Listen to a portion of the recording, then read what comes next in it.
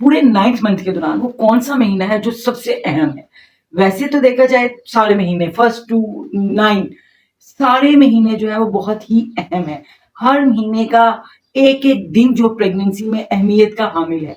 एक-एक घंटे के हिसाब से बेबी के सेल जो है वो लाखों दफा मल्टीप्लाई हो के ग्रोथ कर रहे होते हैं। डेली बेस पे बेबी की ग्रोथ हो रही होती है।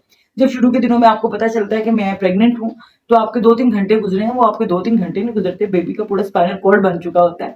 तो और उसके बाद डे बाय डे जो है बेबी का जो ग्रोथ है वो बहुत ही तेजी से हो रहा होता है।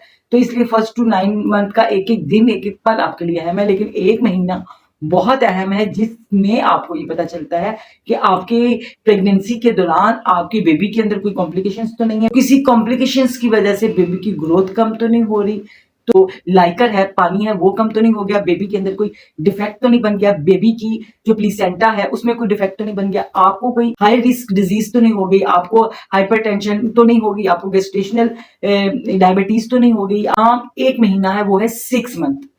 6 मंथ आपकी प्रेगनेंसी का सबसे अहम तरीन महीना होता है, क्योंकि जिस वक्त आपकी अगर प्रेगनेंसी है उसके अंदर कोई गेस्टेशनल डिफेक्ट्स हैं या कोई और एनाटॉमिकल डिफेक्ट्स हैं, हार्मोनल डिफेक्ट्स हैं, जिसकी वजह से आपकी बेबी की ग्रोथ जो है वो हो तो रही है, लेकिन उसके डिफेक्ट का आपको पता चलेगा 6 मंथ।